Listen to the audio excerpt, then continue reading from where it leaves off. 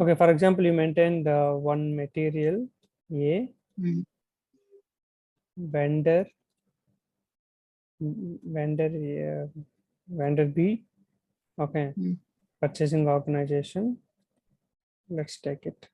Purchase organization. Let's take it 1000. Plant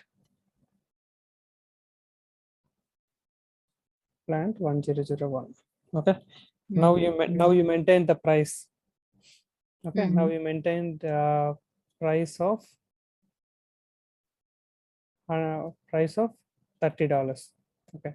Now you are creating a PO with plant 1002. What will happen? What is the system behavior? No, we need to maintain for 1002 also another info record. Then we can say that price can be put on the PO. Okay, so when you create from plant, system will not get this $30 because you created a plant specific. Yes.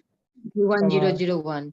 Yeah, it is plant specific. For example, if you create at purchasing organization level, you cannot maintain at plant level, then the price will come to any plant under that purchasing organization 1000. Yeah. If it is mapped under that plant also, then the price can pick.